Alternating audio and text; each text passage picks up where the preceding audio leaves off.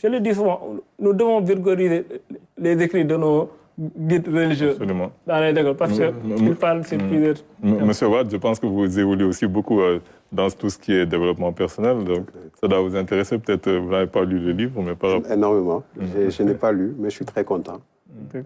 Déjà, par rapport à l'approche, toutes les ressources sont en nous. Et surtout ici au Sénégal. Peut-être pour la prochaine fois, donc, comme il a étudié également tous les guides, dont Baye Niass, qui a écrit Ruhul Adab, l'âme vertueuse, où il recommande, en cherchant un maître, il donne les critères pour trouver un maître. Voilà, je pense que certainement vous l'avez intégré à l'intérieur, quelqu'un qui doit être un connaisseur, un guide, quelqu'un qui doit être juste. Voilà, ça c'est important. Effectivement, aujourd'hui, on peut tout écrire au Sénégal sans sortir de notre pays. Les guides religieux, les acteurs culturels, mais même les intellectuels, nos familles, n'est-ce pas? Mais c'est quelque chose qui est maintenant dévoyé. C'est pour ça qu'il est important aujourd'hui pour ceux qui ont la plume de pouvoir préserver ce que les devanciers ont écrit sur le développement personnel, parce que l'islam même, moi j'ai l'habitude de dire que même un des plus grands maîtres du développement personnel, c'est Baye Niass. Voilà, parce qu'avec la tarbiya, aujourd'hui on est dans un monde très difficile, très compliqué. En fait, nous tous, parfois, on est stressé, on a beaucoup de choses, beaucoup de poids, on réfléchit beaucoup, en oubliant que la solution est juste à côté de nous. Donc la connaissance divine. C'est là où, en tout cas, tous les grands, tous les religieux, tous ont eu à faire un grand pas et nous l'ont montré. Voilà, Serigne Touba, Mame Abdoulaye Niass, tous ces gens-là, en tout cas, ont écrit, ont montré beaucoup de modèles sur le développement personnel. Et juste pour dire aussi que ce développement personnel, c'est-à-dire, à un moment donné, c'est à nous d'aller chercher à l'intérieur de nous-mêmes pour pouvoir développer nos propres ressources. Parce qu'il peut m'apprendre quelque chose. Mais ce que j'apprendrai de moi, à l'intérieur de moi, est beaucoup plus conséquent, beaucoup plus important. Absolument. Vous avez un événement qui devrait se dérouler le 24 juin prochain à Nice. C'est vrai qu'il y a beaucoup de perturbations sur le plan actuellement diplomatique. Je ne sais pas si la date sera maintenue. Vous appelez ça les premiers pas de retour, les premiers pas du retour. C'est un forum que vous organisez avec votre groupe.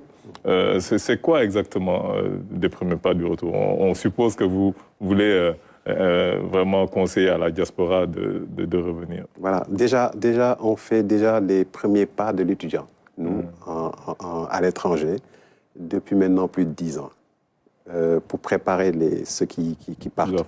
Bon, j'ai été responsable d'étudiants à l'étranger, dans les conseils d'administration. Il y a une problématique énorme par rapport à l'accueil.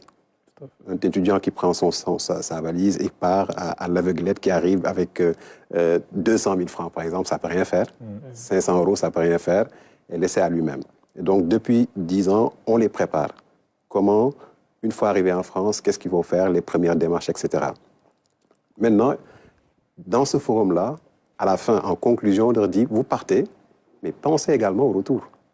Et le retour, c'est au moment où l'étudiant fait les premiers pas à l'étranger, que ce soit en France ou au Canada, qu'il doit penser maintenant qu'il a un objectif, un projet professionnel, pédagogique et professionnel. Et ce projet professionnel, maintenant, il doit intégrer cette dimension de faire un retour d'expérience. Ce qu'on dit le giving back au Sénégal. Donc moi, j'ai expérimenté ce retour en 2012 parce que j'ai fait mes études en France. En revenant, il y avait beaucoup d'interrogations. Là, d'un côté, les amis qui sont là-bas qui te disent, mais qu'est-ce que tu fais? Voilà, tu vas faire quoi là-bas? Les connaissances ici, la famille qui te dit, mais qu'est-ce que tu viens faire ici? Voilà, donc ce retour maintenant... Ceux qui te disent bienvenue, il y a des opportunités. Oui, voilà, ceux qui te disent... Mais voilà, donc... Quelqu'un comme moi vous aurait dit ça, voilà. c'est Thierno aussi. Alors moi j'allais dire, comme je l'ai dit à un ami, Ahmad, que je salue, je lui dis, ben, écoute, ferme les yeux et viens. Voilà, donc parce que toutes les opportunités sont là. Effectivement, donc nous, à travers les forums des premiers pas du retour, qui est tout simplement déjà un label d'accompagnement, c'est-à-dire de conseil seulement. Nous tous, nous conseillons, hein, nos amis. On a fait, nous, beaucoup d'erreurs hein, au moment de revenir au Sénégal. Le retour également se fait différemment selon les cibles. Un étudiant va revenir n'étant pas marié. Un autre va venir étant marié ici. Un autre va venir étant marié là-bas et va venir avec sa femme et avec les enfants aussi. Vous voyez donc, ce qui veut dire qu'il y a un processus à suivre, mais tout simplement aussi de connaître quelles sont les étapes, les premières démarches à faire avant de venir au Sénégal. C'est pour ça, nous, on a voulu le faire depuis, parce qu'avec, quand on est rentré, on a lancé le REMES. Le REMES, c'est le réseau des migrants entrepreneurs au Sénégal. À cette époque, nous étions à peu près 200 personnes dans la même année à revenir au Sénégal. Il y en a qui sont repartis, mais il y en a beaucoup qui sont restés, hein, et qui ont créé des entreprises à travers des dispositifs dont on parlera peut-être certains tout à l'heure, et de pouvoir créer, parce que le retour, c'est à 2 étapes, soit l'emploi salarial ou bien l'auto-emploi. Voilà, donc avec notre organisation, on s'est dit, depuis au moment des référendums d'alors, qu'il fallait organiser ce forum, faire le tour de la France pour parler à nos citoyens et concitoyens, leur dire que l'Eldorado, c'est ici. Parce que moi, avec ma sœur, par exemple, je salue Nafissa Ouad, on est rentré à une époque où c'était l'inverse. C'est-à-dire qu'il y avait un flux. Des jeunes qui prenaient les pirogues, qui partaient. Nous, c'est à cette période qu'on se dit, nous, on vient. Voilà, c'était très compliqué quand même, mais il fallait prendre cette décision, ce courage, comme disait Youssou N'Dour dans une de ses chansons. Donc, ce qui veut dire qu'à un moment donné, il faudrait que la personne se décide. Parce qu'il y a plusieurs interrogations. On se pose beaucoup de questions par rapport à qu'est-ce qu'on va faire au Sénégal, d'autant que si on a la chance de venir en vacances, de voir la réalité maintenant sénégalaise, les difficultés, hein, tu te dis, ah, attention. Et tu repars là-bas, tu revois un autre modèle, d'autres facilités, tu te dis, ben, écoute, la facilité réellement, c'est ici chez moi. L'humain a naturellement, c'est naturel, on aime la facilité, tout ce qui est bon pour nous, on l'adapte. Le confort. Donc ce confort-là, il est un moment, il faut sortir de cette zone de confort pour décider de venir au Sénégal investir à une époque actuellement où les voyants, comme j'ai l'habitude de dire, sont verts. C'est-à-dire, on a dans tous les secteurs de notre développement, le challenge, il est là. Il y a beaucoup, beaucoup de choses à faire. Et comme si vous allez à l'étranger, dans toutes les instances internationales, les grandes instances, vous verrez toujours des Sénégalais au top. N'est-ce pas, des leaders, des managers qui font d'excellentes choses. Et ces gens-là, il faudrait aujourd'hui qu'ils puissent revenir, participer au développement de notre pays, au développement de notre continent africain. On parle de terre, par exemple. De terre, à un moment donné, il a fallu amener l'expertise française. Mais cette expertise française, à l'intérieur, il y a eu des Sénégalais. Donc, ce qui veut dire qu'aujourd'hui, nous, le challenge à travers ce forum des premiers pas du retour, c'est de montrer les dispositifs d'accompagnement, soit si vous voulez rentrer à travers l'emploi salarial, comment vous pouvez faire pour accéder à l'emploi, donc comment trouver une entreprise. Mais nous restons convaincus, nous, c'est le deuxième volet, qui est la solution aujourd'hui au chômage, surtout même des jeunes, parce qu'il y en a qui sont à l'étranger, qui viennent ici après, qui se retrouvent au chômage. Parce que, tout simplement, ils ont un diplôme assez élevé, ou bien ils ont grappé plusieurs diplômes, plusieurs masters. Après, voilà, c'est compliqué, les gens ont peur, peur d'eux, pour les recruter. Ou bien après, ils sont obligés de prendre un salaire, juste pour s'adapter. Mais nous, on dit, la meilleure solution, c'est l'emploi, l'auto-emploi, donc créer, sa boîte. Et à travers maintenant le forum des premiers pas du retour, on a, nous, un dispositif d'accompagnement. C'est pour ça qu'on l'a appelé les premiers pas. Un dispositif d'accompagnement, d'abord, pour savoir identifier quels sont les secteurs porteurs. Comment y investir, comment accéder à ces secteurs à travers les dispositifs d'accompagnement, de financement. Mais le plus important, avant d'arriver à ces dispositifs, quels sont les préalables? Déjà, quels sont les acquis, les prérequis que vous avez pour pouvoir prétendre à l'entrepreneuriat?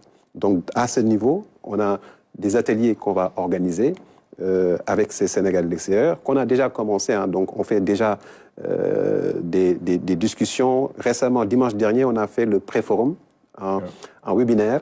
Il y avait, comment dire, Sud-Sénégal, donc Awa Gaye et Malaye Ndao, également Mor Touré, le consulat de Marseille que nous saluons, que nous remercions, le consul et le vice-consul, M. Abdoulane, qui aujourd'hui ont fait un excellent travail pour préparer ce forum en partenariat avec l'AFSN. L'AFSN, c'est l'association des femmes sénégalaises de Nice, avec la présidente Maguette Dabarsam, que je salue, et la ville de Nice qui nous accompagne aussi, avec l'adjointe au maire Mati Diouf. Parce que Nice aussi, c'est une ville vraiment... c'est notre ville de cœur. Parce que voilà, on a fait nos premiers pas là-bas. Voilà, on était bien intégrés. Mais également, c'est une ville tampon avec, comment dire, l'Italie à côté, avec Bergamo, etc. Où ces gens-là... C'est une ville touristique. Voilà, une ville touristique, et puis, comment dire, Monaco, etc. Voilà, donc, il est important pour nous, à travers ce forum, de faire des ateliers d'accompagnement et aussi d'inviter les acteurs au retour, à travers, comme par exemple, les dispositifs qui sont là, parce que j'ai l'habitude de dire qu'il y a beaucoup de dispositifs au Sénégal d'accompagnement. Même si chacun, certains disent qu'il y en a beaucoup, mais chacun a ses spécificités, ils sont complémentaires. Et donc nous, on essaie d'orienter, parce qu'il y a un problème d'information très souvent. Voilà, donc les dispositifs sont là. Je dirais l'argent est là, de l'accompagnement, c'est-à-dire il y a un accompagnement technique et financier. Voilà, donc c'est là où aujourd'hui on met l'accent avec le PASD, l'ADPME aujourd'hui aussi, tous ces dispositifs pour leur dire venez accompagner la diaspora sénégalaise à venir investir au Sénégal. Absolument. On est un peu à la fin de l'émission. Peut-être une question. Une remarque, oui. Bonsoir, Monsieur Watt. Bonsoir. Merci pour la présentation, et je pense que c'est très pertinent ce que vous proposez, parce que c'est vrai que quand on est issu de la diaspora et qu'on peut avoir ce désir-là de retour, on peut aussi hésiter de longues années avant de passer à l'action, parce qu'on n'a pas justement l'accompagnement qui est nécessaire pour pouvoir être sûr, et aussi on part avec plein d'inquiétudes et autres. Et je pense que c'est très intéressant que vous soyez aussi accompagné. J'ai pu voir un petit peu dans votre présentation, vous avez Have a Peak, notre amie Aminta Idol, qu'on salue si elle nous regarde. Sweet Sénégal, comme vous l'avez dit, c'est des personnes en fait qui sont là sur place, qui ont fait ce chemin-là et qui peuvent aussi partager leur expérience à la fois sur les réseaux sociaux et autres. Donc je pense que c'est très pertinent de s'être accompagné de ce type de personnes pour pouvoir justement avoir un œil sur tous les aspects en fait de la vie, que ce soit, comme vous l'avez dit, professionnel, trouver un travail, créer son entreprise, ou autre, même plus des petits détails comme l'accompagnement administratif. On sait que ça, c'est aussi un des aspects qui fait beaucoup fuir certaines personnes en disant non, je vais rentrer, mais tout va être compliqué, les papiers, etc. et tout. Donc pour ça, je tiens à vous féliciter, parce que je pense que c'est très pertinent, surtout d'être aussi fédérateur, d'avoir eu l'occasion de fédérer des associations dans toute la Côte d'Azur ou dans toute la France, de réunir les Sénégalais vraiment autour de cette question-là du retour, qui, je pense, en plus, se pose de plus en plus. Donc pour ça, je vous remercie. Et je pense que la mise en relation, c'est ce qui est vraiment le plus important, le plus intéressant. Et ma petite question, ce serait par rapport au groupe Trust, quelle expertise, en fait, du groupe avez-vous pu mettre à profit dans l'organisation de ce forum-là? Oui, en fait, déjà, nous, on est dans le coaching, l'accompagnement. Donc, depuis notre retour au Sénégal, donc on accompagne beaucoup d'entreprises et de porteurs de projets. Mais à ce niveau, dans le dispositif, comme on dit, on fait notre part en amenant l'expertise à l'intérieur. C'est ce que je disais, en organisant des ateliers. Les ateliers, c'est nous qui les organisons. Depuis l'idéation, comment trouver son modèle économique, comment faire son business plan. Parce que pour faire le business plan, il faut tout simplement, pour avoir le financement, il faut accéder au business plan. Donc c'est là où aujourd'hui, nous, on apporte notre expertise. Merci. Voilà. Alors moi, très rapidement, je veux d'abord saluer mon ami Moubarak, Merci, que je n'ai pas vu depuis très longtemps. C'est une très bonne initiative, parce que pour moi j'ai une pensée ou un avis tranché sur l'immigration. Pour moi, on a le droit d'aller dans ces pays-là. Ils n'ont pas le droit de poser de visa ou en tout cas de dire que de trier, en tout cas, ce tri dans l'immigration, ce n'est pas du tout normal. Je pense que quand ils veulent venir chez nous, on ne leur oppose pas de visa. Et d'ailleurs, ils viennent souvent en nous amenant n'importe où et n'importe quoi. Autre chose, j'ai envie de dire aussi que c'est un rêve pour moi qu'un avion ou des avions partent avec beaucoup de jeunes pour que le mythe soit tué, quoi.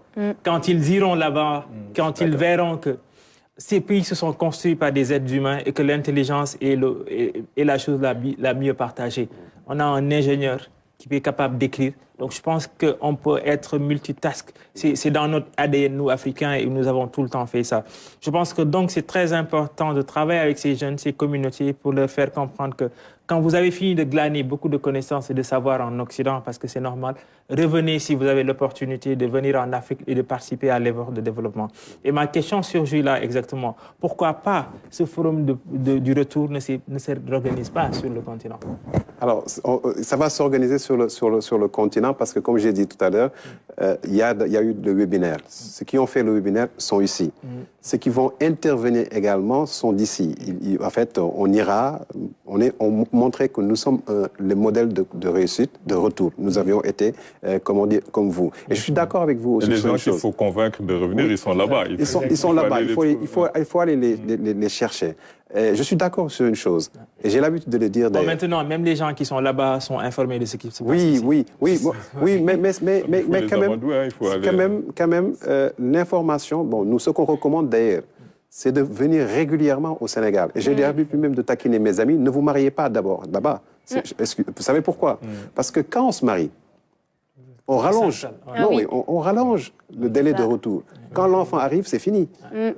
Voilà, donc, et ça, ce sont des éléments essentiels. Et pourquoi maintenant, je suis d'accord avec vous pour que... Quoi qu'on ne peut pas contrôler son cœur. Non, je veux dire, en fait, mais quand même, c'est un élément essentiel. C'est-à-dire pour celui qui veut revenir, je dis, il faudrait qu'il tienne compte de tous ces éléments, de tous ces facteurs. Et je lui dirais, marie-toi ici. Peut-être ça va. C'est vrai que moi, mes sœurs vivent depuis plus de 20 ans en France, parce que peut-être ce sont les enfants qui font qu'elles peuvent venir. Voilà. Et je suis d'accord maintenant par rapport à une chose. Si ça dépendait que de nous, effectivement, tous les jeunes allaient sortir du Sénégal. Effectivement, pour comprendre les réalités et comprendre que nous avons, comme j'ai dit l'habitude, l'Eldorado, tout ce qu'il faut, on l'a ici au Sénégal. En tout cas, c'était un plaisir de vous recevoir sur ce plateau. Laura, merci. Je rappelle que c'est prévu pour le 24 juin prochain à Nice. Ça s'appelle Les premiers pas du retour. C'est organisé par votre groupe, le groupe Trust. Je remercie également Chérif Tidiane Aïdara. Votre ouvrage s'appelle L'alchimiste des cœurs. Un guide pour changer positivement sa vie et celle des autres. Vraiment, je conseille aux téléspectateurs de l'acheter pour que ça change leur vie, comme ça a changé votre vie à vous. Je voudrais également remercier mes co-présentateurs, Laura Fortes, Thierno Souleymane Diop-Niang. Merci à lui. Remercier tous les techniciens de la RTS et tous les téléspectateurs qui nous regardent tous les dimanches soirs. À dimanche prochain, Inch'Allah.